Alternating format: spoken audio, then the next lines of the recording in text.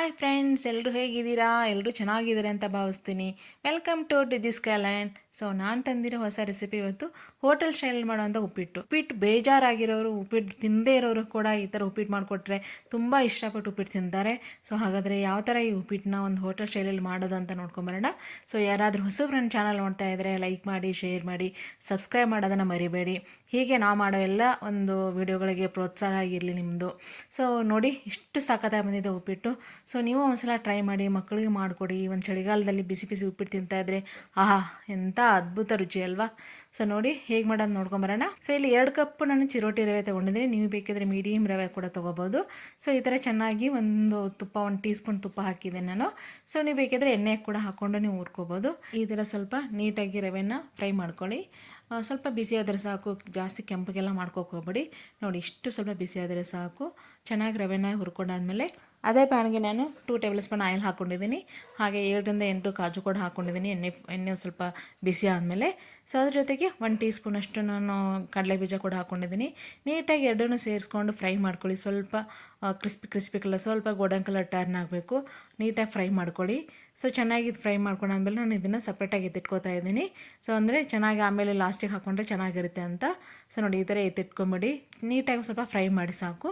So ಅದೇ ಒಂದು ಎಣ್ಣೆಗೆ ನಾನು 1 ಟೀ ಸ್ಪೂನಷ್ಟು ಸಾಸಿವೆ, ಕಡಲೆಬೇಳೆ ಜೊತೆಗೆ ಉದ್ದಿನಬೇಳೆ ಕೂಡ ಹಾಕ್ತಾ ಇದ್ದೀನಿ. ಸೊ ಚೆನ್ನಾಗಿ ಫ್ರೈ ಮಾಡಿ. ಕಡಲೆಬೇಳೆ, ಉದ್ದಿನಬೇಳೆ ಸ್ವಲ್ಪ ಗೋಲ್ಡನ್ ಕಲರ್ ಟರ್ನ್ ಆಗಬೇಕು. ಇಷ್ಟ ಆಗಿದೆಯಲ್ಲ, ಅಷ್ಟಾದರೆ ಸಾಕು. ಅದಕ್ಕೆ ಸ್ವಲ್ಪ ಜೀರಿಗೆ ಕೂಡ ಹಾಕೋತಾ ಇದ್ದೀನಿ. ಸೊ ನೋಡಿ, ಇಷ್ಟು ಗೋಲ್ಡನ್ ಕಲರ್ ಟರ್ನ್ ಆದರೆ ಸಾಕು. ಅಷ್ಟು ಮಾಡ್ಕೊಳ್ಳಿ. ಕ್ರಿಸ್ಪಿಯಾಗಿ ಸಖತ್ತಾಗಿರುತ್ತೆ ಉಪ್ಪಿಟ್ಟಲ್ಲಿ.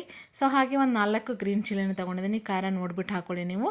ಸೊ ಹಾಗೆ ಸ್ವಲ್ಪ ಕರ್ಬೇವು ಸೊಪ್ಪು ಕೂಡ ತೊಗೊಂಡಿದ್ದೀನಿ. ನೀಟಾಗಿ ಎಲ್ಲನೂ ಫ್ರೈ ಮಾಡ್ಕೊಳ್ಳಿ. ಸ್ವಲ್ಪ ಖಾರ ಎಲ್ಲ ಹೋಗಬೇಕು ಆ ಥರ. ಸೊ ಹಾಗೆ ಒಂದು ಅರ್ಧ ಕಪ್ಪಷ್ಟು ಹಸಿ ಬಟಾಣಿ ತೊಗೊಂಡಿದ್ದೀನಿ. ಆಪ್ಷನಲ್ಲು ಇದ್ದರೆ ಹಾಕ್ಕೊಳ್ಳಿ, ಇಲ್ಲಾಂದರೆ ಸ್ಕಿಪ್ ಮಾಡಿ. ಸೊ ಹಾಗೆ ಒಂದು ಮೀಡಿಯಮ್ ಸೈಜ್ ಈರುಳ್ಳಿನ ಚಿಕ್ಕದಾಗಿ ಕಟ್ ಮಾಡಿಕೊಂಡು ಅದನ್ನು ಕೂಡ ಸೇರಿಸ್ಕೊಂಡಿದ್ದೀನಿ. ಸ್ವಲ್ಪ ಈರುಳ್ಳಿ ಹಾಕಿದಷ್ಟು ಚೆನ್ನಾಗಿರುತ್ತೆ ಉಪ್ಪಿಟ್ಟು, ಅದಕ್ಕೋಸ್ಕರ. ಹಾಗೆ 1 ಟೊಮ್ಯಾಟೊ, ಮೀಡಿಯಮ್ ಸೈಜ್ ಟೊಮ್ಯಾಟೊನ ಕೂಡ ನೀಟಾಗಿ ಚಿಕ್ಕದಾಗಿ ಕಟ್ ಮಾಡಿಕೊಂಡು ಅದನ್ನು ಕೂಡ ಸೇರಿಸ್ಕೊತಾ ಇದ್ದೀನಿ. ಎಲ್ಲನೂ ಸೇರಿಸಿ ನೀಟಾಗಿ ಎಣ್ಣೆಯಲ್ಲಿ ಬಾಯ್ಲ್ ಆಗಬೇಕು. ಸೊ ಆ ಥರ ನೋಡಿ, ಸ್ವಲ್ಪ ಕಲರ್ ಟರ್ನ್ ಆಗಬೇಕು. ನೋಡಿ, ಇಷ್ಟು ಕಲರ್ ಟರ್ನ್ ಆಗಬೇಕು, ಅಲ್ಲಿವರೆಗೆ ಮಾಡಿ ನೀಟಾಗಿ ಒಂದು ಎಣ್ಣೆಯಲ್ಲಿ ಎಲ್ಲ ಫ್ರೈ ಮಾಡ್ಕೊಳ್ಳಿ. ಸೊ ಆಮೇಲಿಂದ ಎಲ್ಲ ಫ್ರೈ ಆದಮೇಲೆ ನಾನೀಗ 1:3 1 ಕಪ್ ರವೆಗೆ 3 ಕಪ್ ನೀರನ್ನು ಹಾಕ್ತಾಯಿದ್ದೀನಿ. ಬನ್ಸಿ ರವೆ ಆದರೆ 1 ಕಪ್ಪಿಗೆ 2 ಕಪ್ ಹಾಕೊಳ್ಳಿ, ನೀರು ಸಾಕು.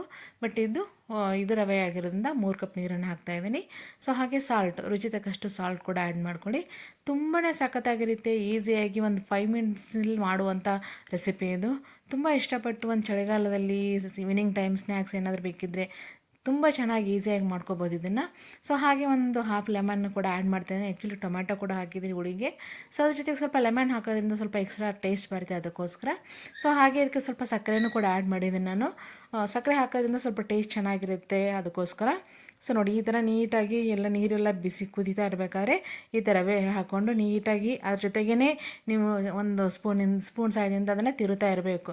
ಸ್ವಲ್ಪ ಬಿಟ್ಟರೆ ಗಂಟಾಗ್ಬಿಡುತ್ತೆ. ನೀಟಾಗಿ ನೋಡಿಕೊಂಡು ನೀಟಾಗಿ ಅದನ್ನು ಇದು ಮಾಡ್ಕೊಳ್ಳಿ, ಕಲಿಸ್ಕೊಳ್ಳಿ. ಸೊ ಇಲ್ಲಾಂದರೆ ಗಂಟು ಆಗಿಬಿಡುತ್ತೆ ರವೆ ಇದು, ಅದಕ್ಕೋಸ್ಕರ. ಸೊ ನೀಟಾಗಿ ನೀವೆಲ್ಲ ಇದು ಮಾಡಿ ನೋಡಿ, ಇಷ್ಟು ಚೆನ್ನಾಗಿ ಬರುತ್ತೆ ರವೆ ಒಂದು ಉಪ್ಪಿಟ್ಟು. ನೀವು ಇದರಲ್ಲಿ ನೋಡಿರ್ತೀರ ಹೋಟ್ಲಲ್ಲಿ. ಸೊ ಅದು ನೋಡಿದರೆ ತಿಂತಾನೆ ಇರಬೇಕು ಅಂತ ಅನಿಸುತ್ತೆ. ಸಖತ್ತಾಗಿರುತ್ತೆ. ಇದಕ್ಕೆ ತರಕಾರಿ ಕೂಡ ಹಾಕಿ ಮಾಡ್ತಾರೆ. ನಾನು ತರಕಾರಿ ಏನು ಹಾಕಿಲ್ಲ, ಸಿಂಪಲಾಗಿ ಮಾಡಿದ್ದೇನೆ ಇದನ್ನು. ಸೊ ನೀವು ಒಂದ್ಸಲ ಟ್ರೈ ಮಾಡಿ ಹೇಗಾಗಿದೆ ಅಂತ ಕಮೆಂಟ್ ಹಾಕಿ. ಸೊ ಹೀಗೆ ನಾವು ಮಾಡೋ ಎಲ್ಲ ರೆಸಿಪಿಗಳನ್ನು ನೋಡ್ತಾ ಇರಿ. ನಿಮ್ಮ ಪ್ರೋತ್ಸಾಹ ಹೀಗೆ ಇರಲಿ. ನಿಮ್ಮ ಒಂದು ಪ್ರೋತ್ಸಾಹ ನಮಗೆ ಒಂದು ಹೊಸ ಉರುಪಣ ಕೊಡುತ್ತೆ. ಸೊ ಹೀಗೆ ಲೈಕ್ ಮಾಡಿ, ಶೇರ್ ಮಾಡಿ, ಕಮೆಂಟ್ ಹಾಕಿ. ನೋಡಿ, ಸೊ ರೆಡಿಯಾಗಿದೆ ಉಪ್ಪಿಟ್ಟು, ತಿನ್ನೋಣವಾ? ಸೊ ನಾನಂತೂ ತುಂಬ ಕ್ಯೂರಿಯಸ್ ಆಗಿದ್ದೇನೆ ತಿನ್ನೋಕ್ಕೆ. ಸೊ ನೋಡಿ, ಎಷ್ಟು ಸಖತ್ತಾಗಿ ಬಂದಿದೆ. ವಾವ್! ಸೊ ತಿಂತಾಯಿದ್ರೆ ಬಾಯಲ್ಲಿಟ್ಟರೆ ಕರಗ್ತಾ ಇರುತ್ತೆ ಉಪ್ಪಿಟ್ಟು, ಅಷ್ಟು ಸಖತ್ತಾಗಿ ಬಂದಿದೆ. ಸೊ ತಿನ್ನೋಣವಾಗಿದ್ದರೆ ಸೊ ನೀವು ಟ್ರೈ ಮಾಡ್ತಿರಲ್ಲ, ಮನೆಗೆ ಹೋಗಿ ಇವತ್ತೇ ಹೋಗಿ ಟ್ರೈ ಮಾಡಿ ಹೇಗಾಗಿದೆ ಅಂತ ಕಮೆಂಟ್ ಹಾಕಿ. ಸೊ ಹೀಗೆ ನೋಡ್ತಾ ಇರಿ. Thank you for watching my video.